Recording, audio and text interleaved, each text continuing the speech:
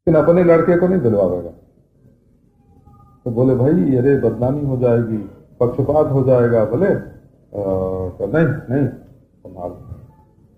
एक मिनिस्टर के लड़के ने एक लेख लिखा है अपनी करुणा का, बड़ा बड़ा विचित्र है। तो मैं मारा गया, मेरा जीवन मिट्टी में मिल गया इसलिए कि मैं एक मिनिस्टर का बेटा हो गया,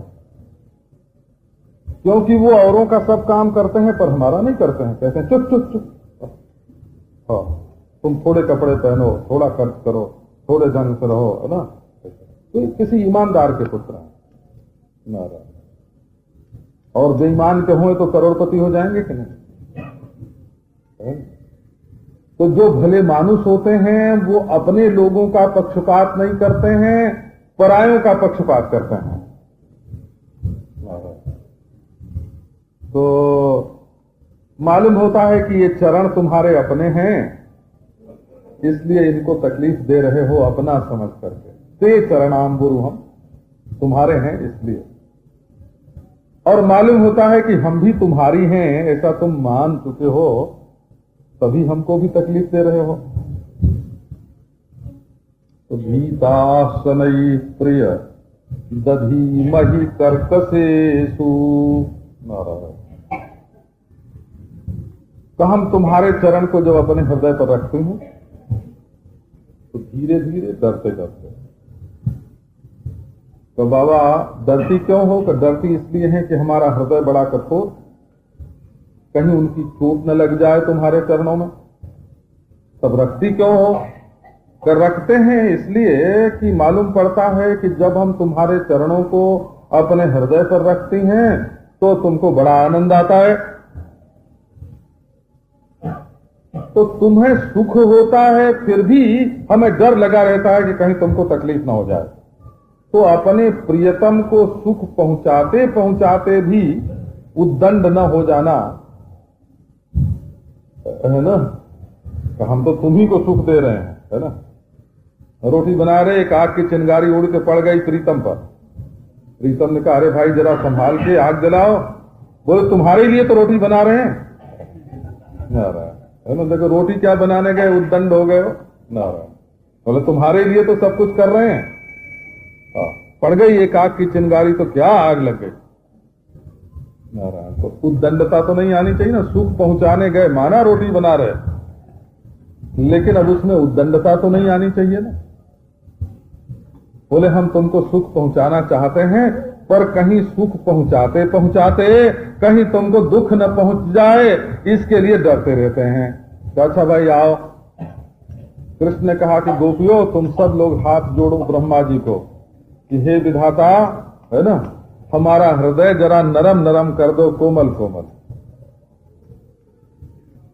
तो बोले कि राम राम, हम जानती हैं भला कि हमारा हृदय कठोर रहेगा तभी तुमको सुख मिलेगा, हमारा हृदय कोमल हो जाएगा तो तुमको क्या सुख मिलेगा। तो इसलिए हम ब्रह्मा से हृदय कोमल करने की प्रार्थना नहीं कर सकती। हम तो जानते हैं कि तुमको कठोर से ही सुख मिलेगा। अच्छा तब डरो मत। बोले कि अब कठोर हैं तो तुम्हारे कोमल चरणों में लगेंगे ही, तो हम डरे क्यों नहीं। लेकिन मुख्य बात तो ये है कि उन्हीं चरणों से तुम बन बन भटक रहे हो। तो तद व्यथते न किंचित, क्या उनमें व्यथा नहीं पहुंचती है। तो बोले बाबा मेरे मन में जब जो आता है तब मैं करता हूं, स्वतंत्र हूं। अब तुम्हारे सिखाए पढ़ाए अनुसार थोड़ी करूंगा, कोई मैं स्त्रीण थोड़ी हूं। जो स्त्री कहे वही करना, जो स्त्री कहे वही करना। एक बार एक बहुत बड़ी सभा जुड़ी हो, तो एक व्याख्यानदाता व्याख्यान दे रहे थे। तो सभा जो थी वो पुरुषों की ही थी, उसमें स्त्रियों का आना मना था। तो वक्ता ने कहा कि आजकल जितने पुरुष हैं वो सब स्त्रियों की आज्ञा के अनुसार चलते हैं, सब स्त्रीण हो गए हैं। तो जो लोग अपने स्त्री की बात मानते हों वो एक ओर खड़े हो जाएं, और जो न मानते हों वो दूसरी तरफ खड़े हो जाएं। तो समझो 100 आदमी थे, तो 99 आदमी मानने वालों की ओर खड़े हो गए और एक आदमी जो है वो न मानने वालों की ओर बैठा रहा। बड़ा आश्चर्य हुआ भाई कि ये क्या पुरुष है, ऐसा कौन सा पुरुष है जो स्त्री की बात नहीं मानता। तो उसके पास गए तो बोले भाई सब लोग उठ के मानने वालों की ओर अलग एक तरफ हो गए, तुम न मानने वाली जगह पर क्यों बैठे रहे? तो बोले कि जब मैं घर से चला तब मेरी पत्नी ने कहा था कि देखो सभा में जाके जहां बैठ जाना वहां से कोई कुछ कहे तो उठना मत, बैठे रहना। हाँ। हाँ।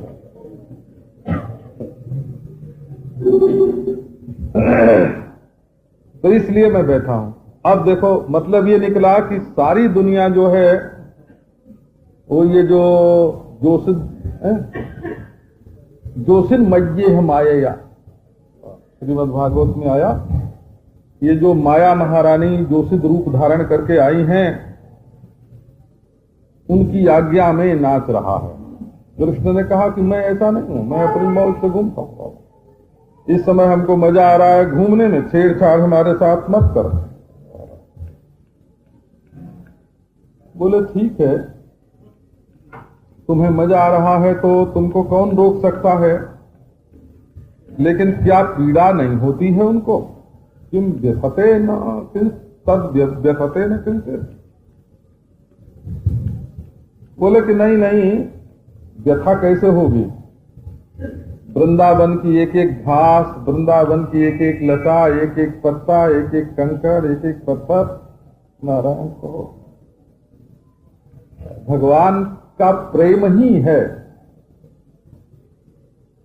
वो जब प्रेमी के हृदय में ये भाव हुआ कि हम प्रभु के चरणों के नीचे आवे, तब वो जा करके वृंदावन की धूल बन गया, घास बन गया, कंकड़ बन गया, पत्थर बन गया। ऐसे कदम कुंज हुई हो कबो या वृंदावन माही, ललित लड़ाईते लाड़िले बिहरेंगे ते ही छाही।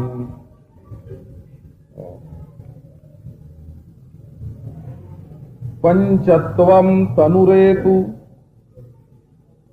भूत निबहा स्वांसे विशंतु स्फुटम। शरीर मर जाए और पंचभूत अपने अपने कारण में लीन हो जाएं, धातारम प्रणिपत्य हंत शिरसा तत्रापि याचे वरम। परंतु ब्रह्मा को प्रणाम करके हाथ जोड़ करके हम मरने के बाद के लिए भी एक वर मांगते हैं।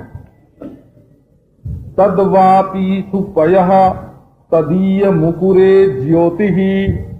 हमारे शरीर का पानी उस बावली में जाकर मिले जिसका पानी हमारा प्रीतम पीता है, और हमारे शरीर की ज्योति उस शीशे में मिले जिसमें वो अपना मुंह देखता है। हमारे शरीर का आकाश उस आकाश में मिले जिस आंगन में वो घूमता है।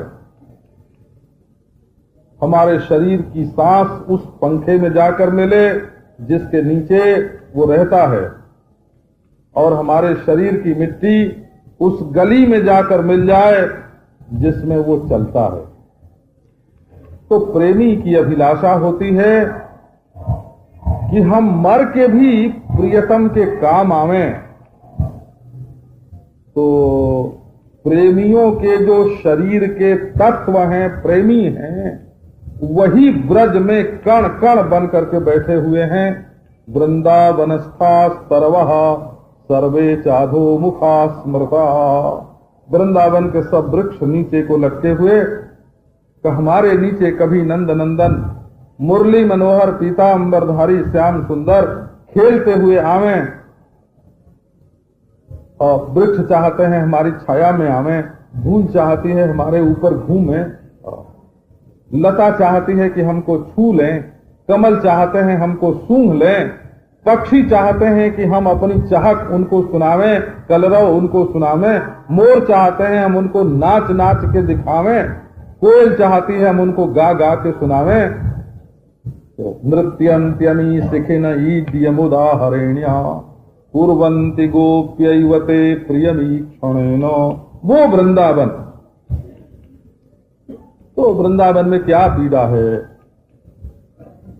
बोले नहीं बाबा, कहीं कंकड़ लग जाए, कहीं पत्थर लग जाए।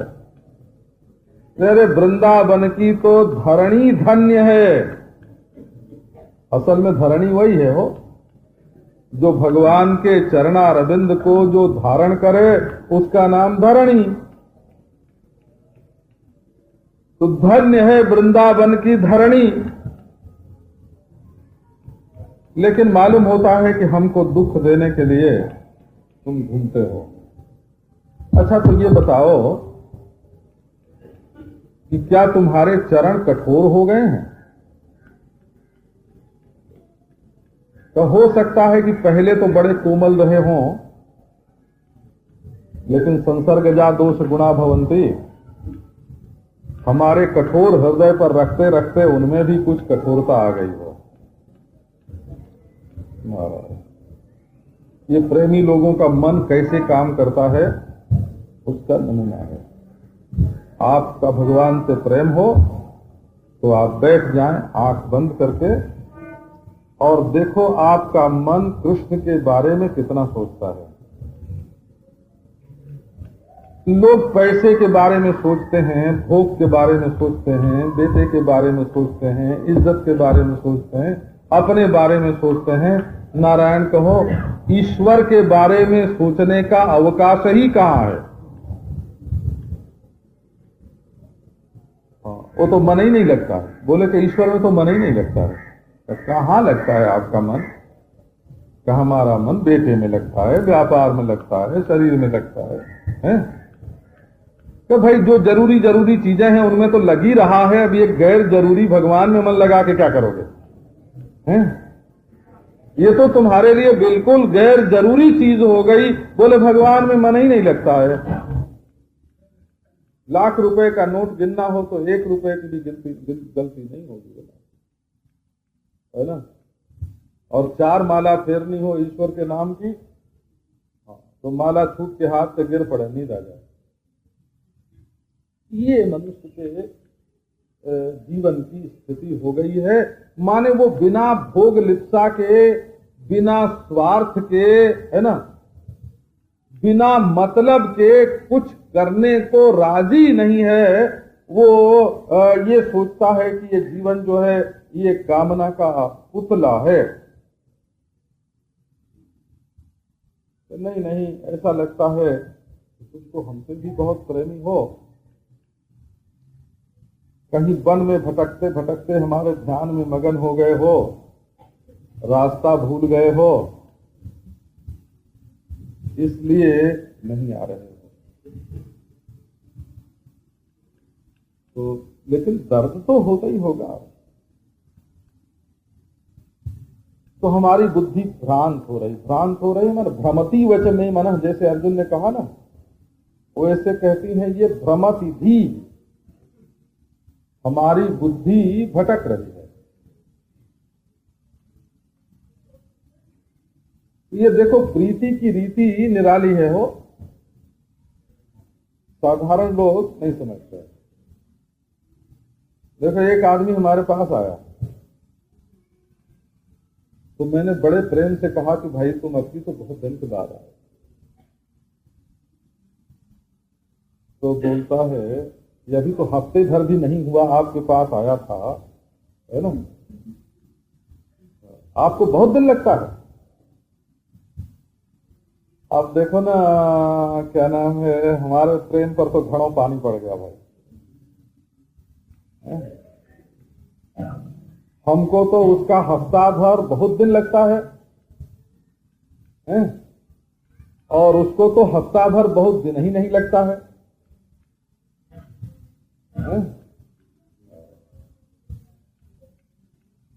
तो अब ये हुआ कि भाई प्रीति किससे करना, कि जो प्रीति को जानता है। भृत्यत्वम अविवेकज्ञ स्नेहम अन्य परे जने, जो तुम्हारी समझदारी का आदर नहीं करता है उससे प्रेम कैसे?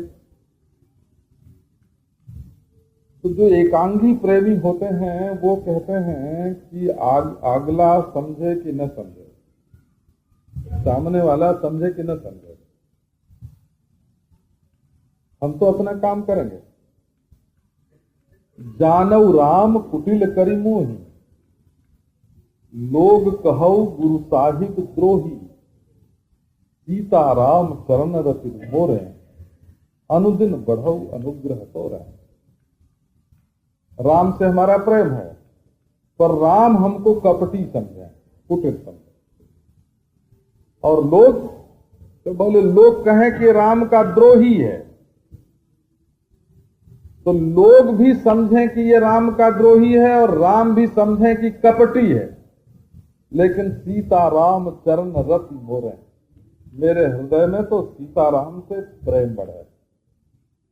अब देखो, ये एकांगी प्रेम यदि दोनों ओर हो जाए हो, है ना, दोनों यही चाहें, क्या चाहें कि बस हमारा तो प्रेम बढ़े, उनका प्रेम हो कि ना हो।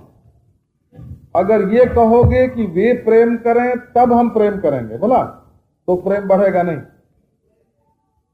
और तुम कहो कि वो प्रेम करें कि नहीं करें, हम तो प्रेम करेंगे, तब प्रेम बढ़ेगा। तो प्रेम में जो एकांगीपना है वो बाढ़ है प्रेम की, हो कोई विघ्न ना आने दे, कोई बाधा ना आने दे, वो प्रीति को बढ़ाने के लिए होता है। अब भ्रमति धीर, ये हमारी धी भ्रम रही है, यही तो भगवान से जाई जाती है ना। हम लोग हमारे गांव में तो धी बेटी को बोलते हैं, बेटी को धी बोलते हैं। तो मोरी धिया का, मेरी धिया का बड़ा दुलार है, धिया बोलते हैं, धिया। तो अब ये बुद्धि ही तो भगवान के साथ ब्याही गई है, शरीर की परवाह नहीं है भगवान को। पर बुद्धि जब ब्याही गई है तब निष्ठावान होवे, वो अपनी निष्ठा को न छोड़े। अब उसी में ये भटकन आ गई, ये अटकन आ गई, यहां से वहां, वहां से वहां, वहां से वहां। बोले बाबा, हम तो प्रेम को प्रेम तब मानते हैं जब अपने प्रियतम के विरह में प्राण न रहे।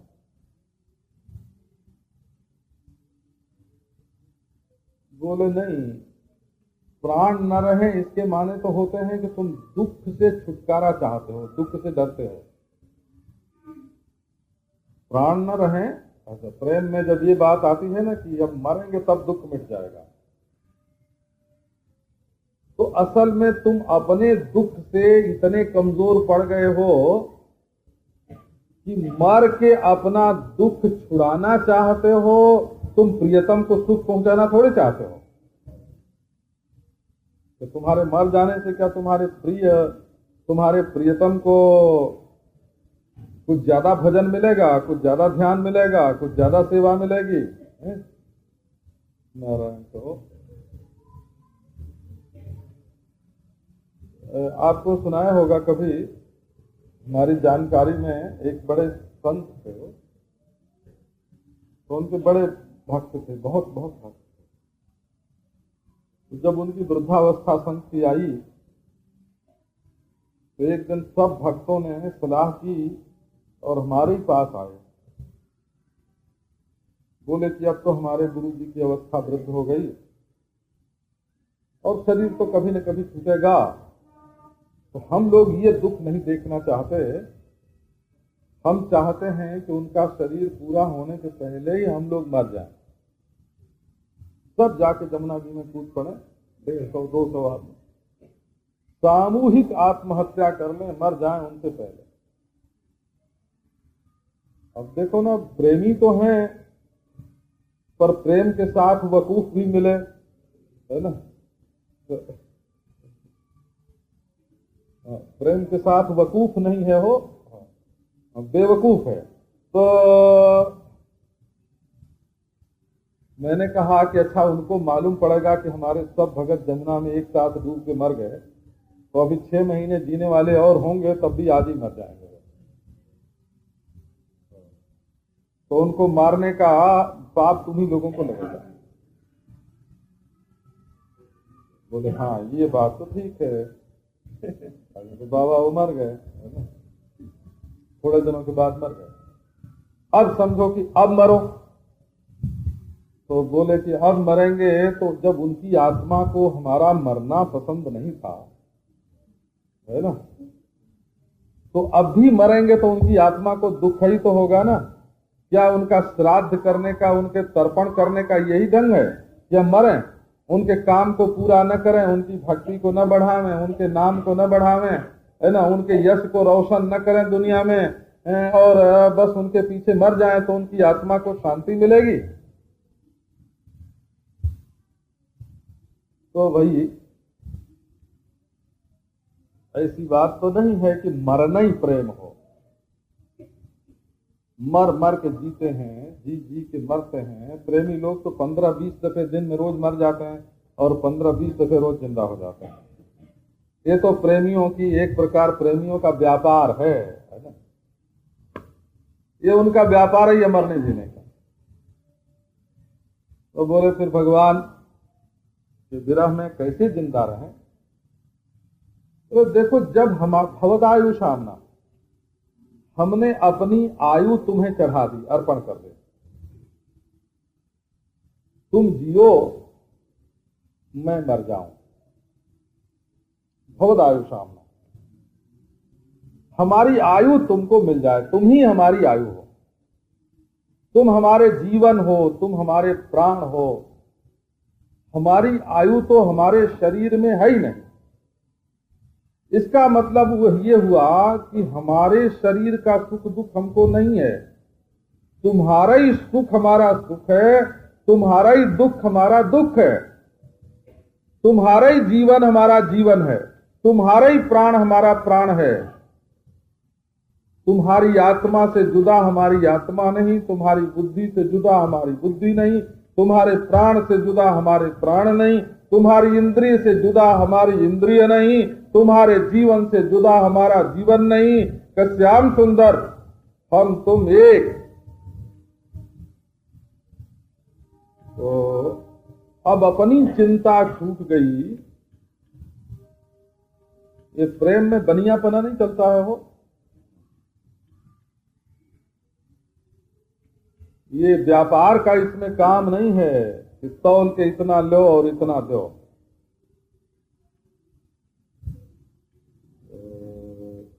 प्रेम तो अनंत तृप्ति है, अनंत रस है, अनंत मधु है।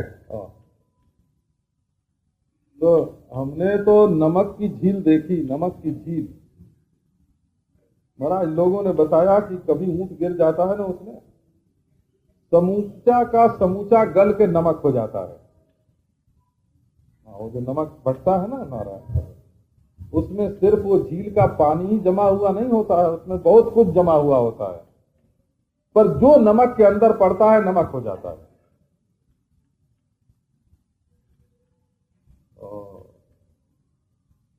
तो ये प्रेम में इतनी मधुरता, इतनी मिठास है प्रेम में कि इसके बीच में आके मौत भी मीठी हो जाती है, जिंदगी भी मीठी हो जाती है।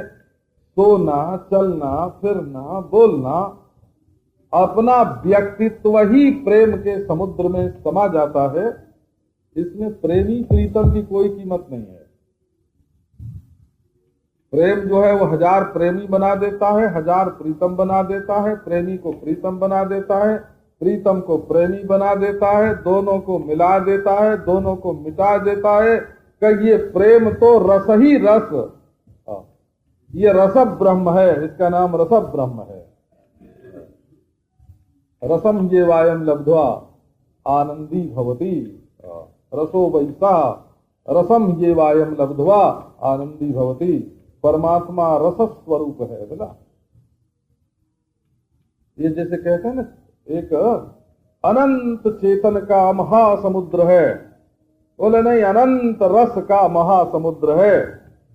और ये जो प्रेमी प्रीतम है, ये दो तरंग हैं, उसकी केवल दो तरंग है, एक तरंग इधर से आई और एक इधर से, और दोनों टकराए और प्रेम से प्रेम, कुछ बचा नहीं शेष, केवल प्रेम ही, केवल रस ही। गोपियां हो भूल गई, अपने आप को भूल गई, कभी डूब जाएं, कभी निकल आए, कभी मगन कभी लगन।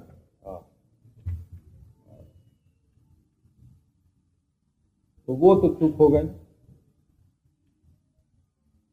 पर सुखदेव जी बोल रहे, इति गोप्यः प्रगायन्त्यः प्रलपन्त्यश्च चित्रधा रुरुदुः सुस्वरं राजन् कृष्ण दर्शन लालसाः। इति गोप्यः, इति शब्दः प्रकार वचनः। ये जो 19 श्लोक गोपियों के गीत गाए, ये 19 ही नहीं समझना, ये तो 19,000 गावे तब भी पार न पावे, 3 करोड़ गावे तब भी पार न पावे। क्योंकि जितनी गोपियां, जितने उनके भाव, एक एक गीत अगर सब गोपियों के मान लें तब कि तो दूसरा भागवत बन जाए। तो इति माने ऐसा ही हो, जैसे ये 19 गीत बोले गए हैं वैसे बहुत बहुत गाया उन्होंने। अब देखो, गोपियां प्रगायन्त्य प्रलपन्त्य, तो चित्रधा प्रगायन्त्य चित्रधा प्रलपन्त्य, और चित्रधा गोपियां।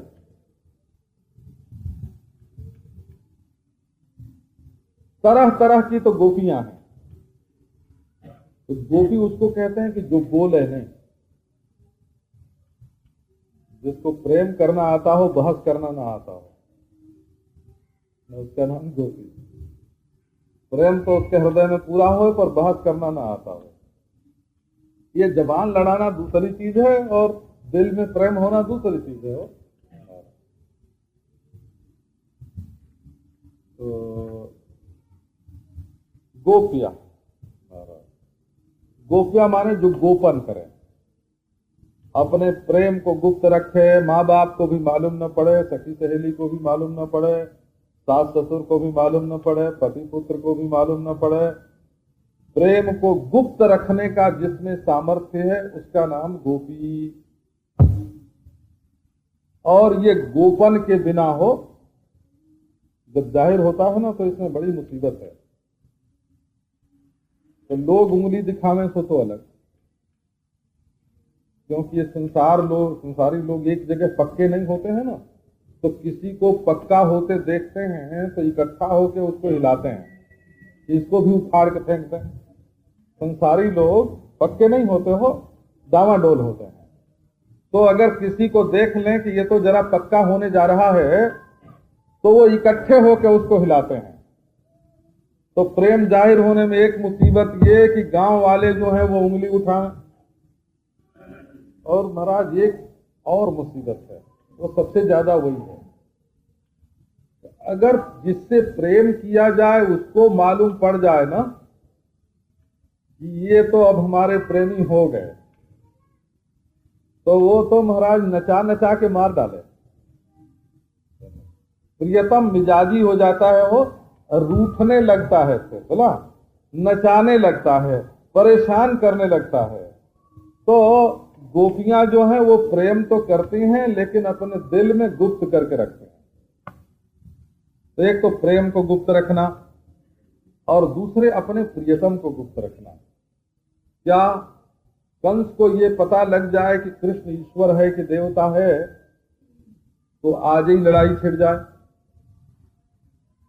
तो वो कहती हैं कि चोर चोर चोर। अरे कौन था भाई, क्या चोरी हो गई तुम्हारी? तो बोले माखन चोरी है। रुपया पैसा का नहीं, रुपया पैसा तो किसी ने नहीं, तो तिजोरी तो बंद है ना। कहा तिजोरी में तो किसी ने हाथ नहीं लगाया। चोर चोर चोर के क्या हुआ कि माखन लग कह रहे कौन था? कि वही नंदलाला था, नंदलाला। तो लोगों ने कहा अच्छा वो चोर है तब तो देवता नहीं हो सकता, तो वो चोर है तब तो ईश्वर नहीं हो सकता। तो कंस के पास अगर कोई जाके कभी शिकायत करता कि वो नंद बाबा के बेटे के रूप में तुम्हारा दुश्मन आया है, तो कहता भाई उसके खिलाफ तो बहुत रिपोर्ट आई है कि वो चोर है, तो देवता कैसे हो सकता है बोला। तो ये गोपियों ने चोरी की रिपोर्ट थाने में लिखा लिखा के, है ना, ईश्वर को देवता को छिपा लिया हो।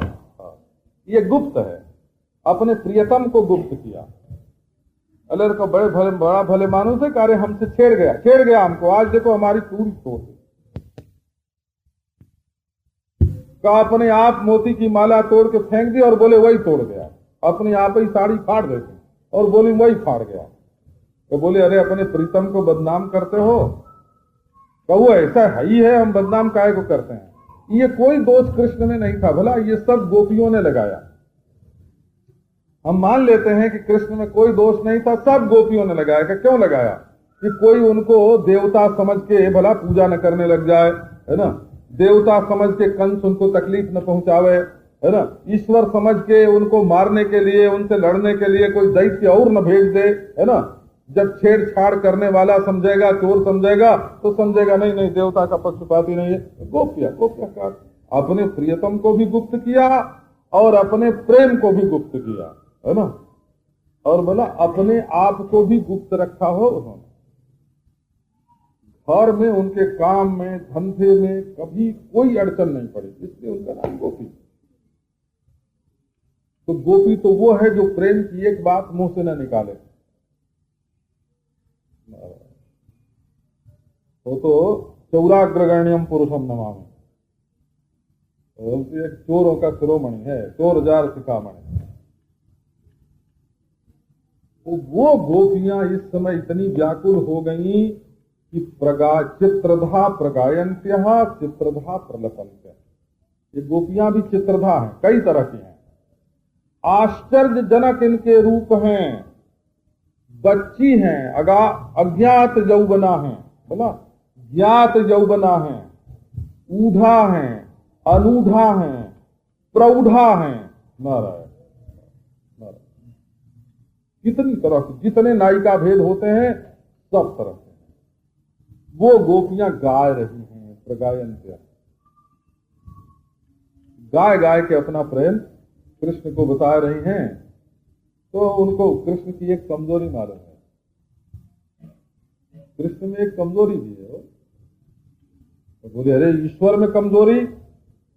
कैसे लोगों को हाथ जोड़ना का कमजोरी शैतान में से आई है?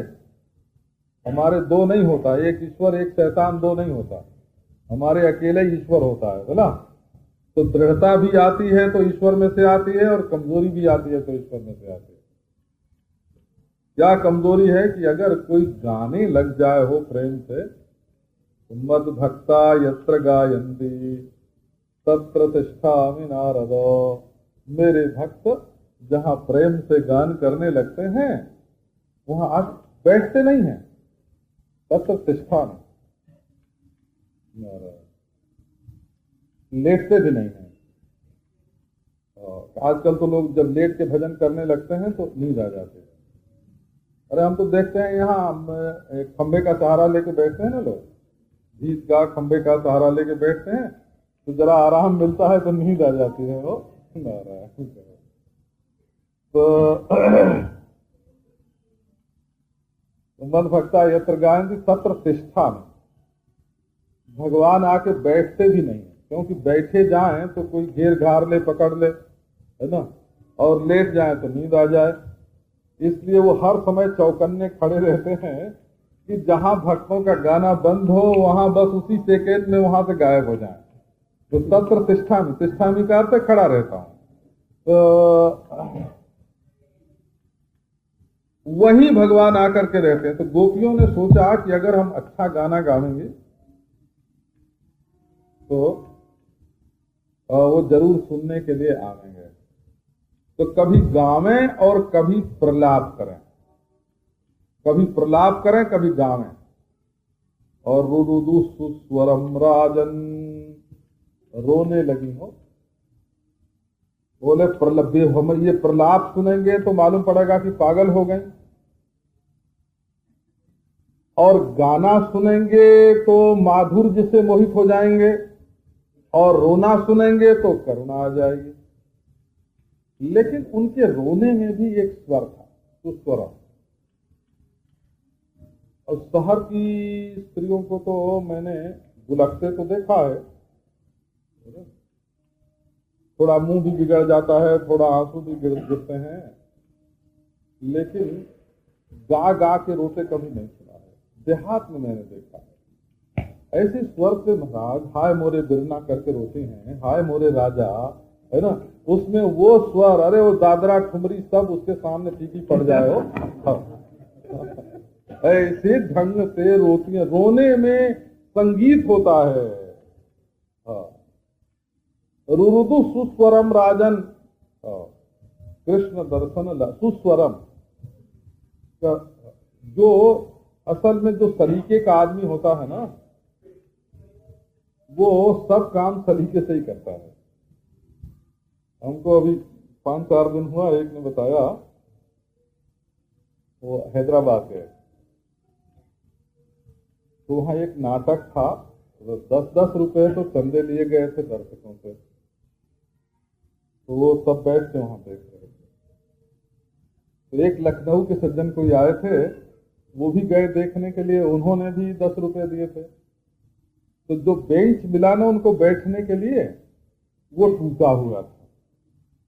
तो अब लखनऊ के थे वे, तो क्या करें बेचारे, तो बेंच पर तो नहीं बैठे, उसके पाए पर जाके बैठ गए और कहें कि या खुदा, ये बेंच 10 रुपए और ये बेंच ये किसी से नहीं, हाँ, ऐसे दिखा, या खुदा 10 रुपए ये बेंच। तो पड़ोस वाले ने सुन लिया, तो उसने शिकायत की कि भाई देखो इनको तकलीफ हो रही है।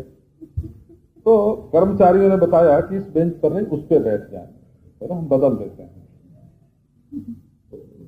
इस बेंच पर नहीं, उस पर, वहां मैंने वो कहे कि मैं वहां जाऊं, ये उनकी शान के खिलाफ मालूम पड़े हो।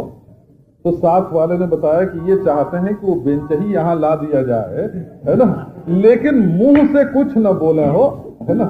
तो जो सलीके के आदमी होते हैं वो सब काम सलीके से ही करते हैं हो।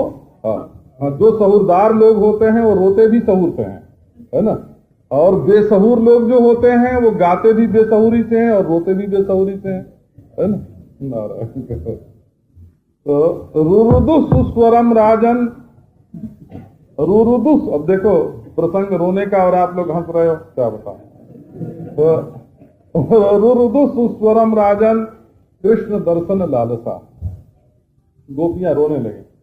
अच्छा, आपको गोपियों का एक नाम आपको बताते हैं। एक इसका अर्थ है कि जिनके मन में केवल कृष्ण दर्शन की लालसा है, कृष्ण दर्शने एवं लालसा यासामता। गोपी के मन में लालसा क्या है कि कृष्ण का दर्शन हो जाए, बस एक। बोले ना ना, ये मूर्तिमती कृष्ण दर्शन लालसा है।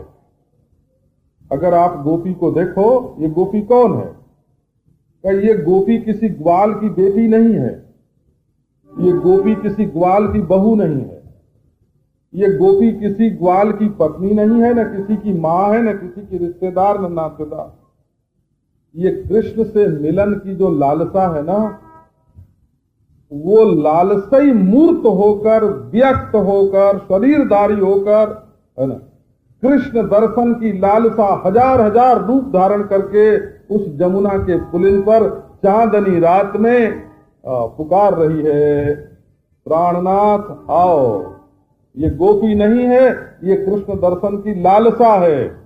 और ये जो गीत हैं ये गोपी के गाए हुए नहीं हैं, ये लालसा के गाए हुए गीत हैं। है आपके मन में ऐसी लालसा कृष्ण दर्शन की, तो तासा आविर्भूत सौरी, जब गोपियां नहीं, लालसा ही लालसा रह गई हो, जब गोपी का व्यक्तित्व नहीं रहा, वो केवल लालसामयी हो गई, तो तब कृतासामाविरभूत सौरिही, उनके बीच में ही प्रकट हुए।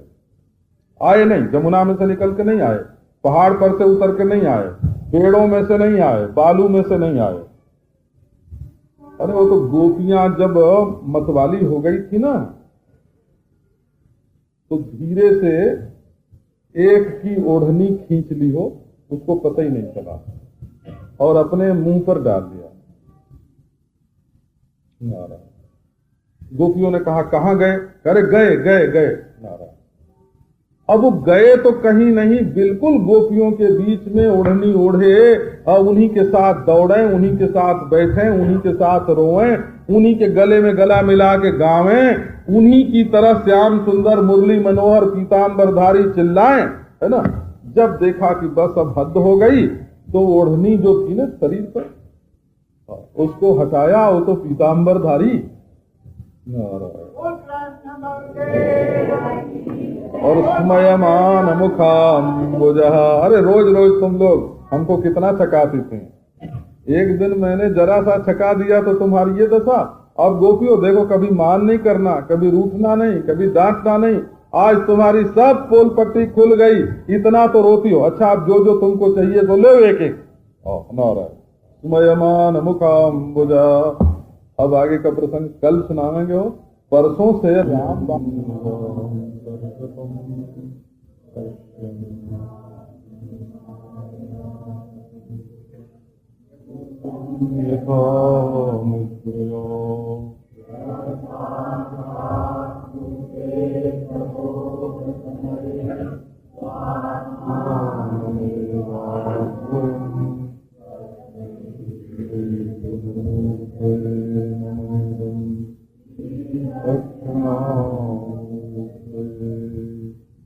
विश्वेशामनुरञ्जनेन जन आनन्दनिन्दिवरश्रेण श्यामलकोमलैरुपनयन् अङ्गैरनङ्गोत्सवम् स्वच्छन्दं व्रजसुन्दरी विरहिता प्रत्यङ्गमालिङ्गितः शृङ्गारस्तूर्तिमानिव मधौ मुग्धो हरिश्रीदति।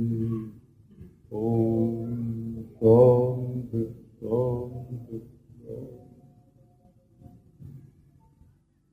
तासामाविरभूत सौरिः सुमयमानमुखाम्बुजः पीताम्बरधरः शिरगिरि साक्षान्मन्मथमन्मथः।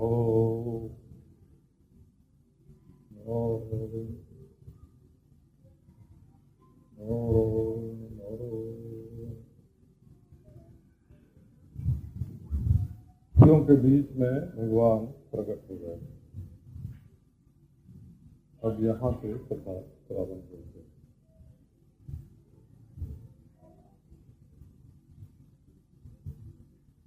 एक बार इधर दृष्टि डालें,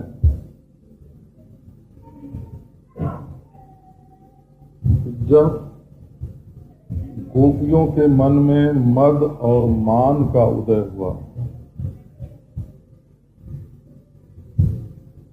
वो कृष्ण की ओर देखना बंद करके अपनी ओर जब देखने लग गए,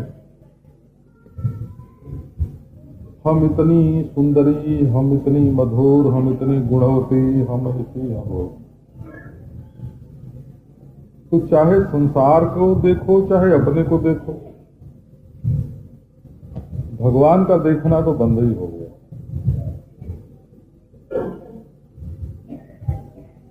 और जब भक्त ने सामने रहने पर भी भगवान की ओर देखना बंद कर दिया,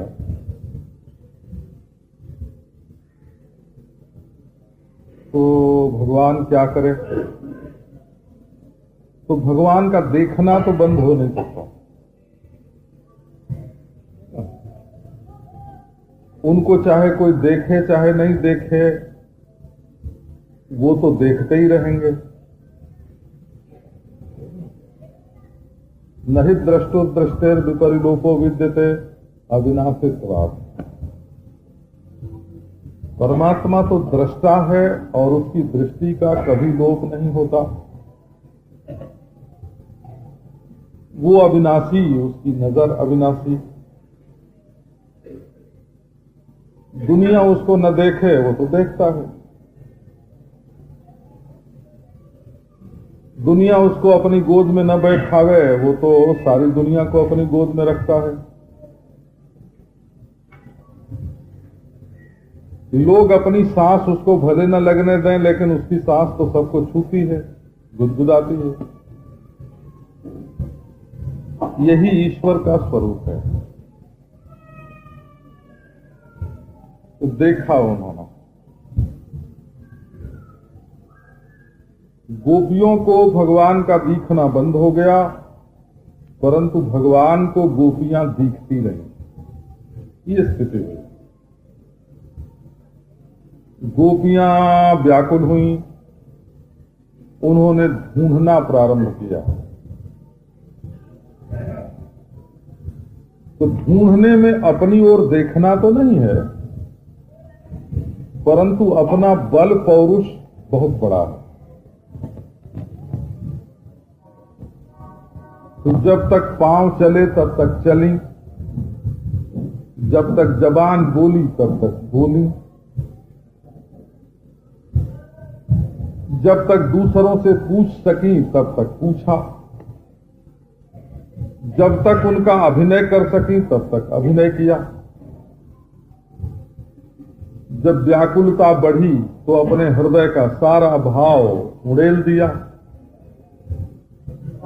मान भी छूट गया, मद भी छूट गया। अंत में अपने को भी भूल गई, बोली हमें दुख है तो श्री कृष्ण के चरणारविंद धरती पर पड़ते हैं। कांटे न गए, कुछ न गए। हमारे हृदय पर रखने की जो चीज वो धरती पर जाती है, कंकड़ पत्थर में जाती है। देखो अब अपने को भूल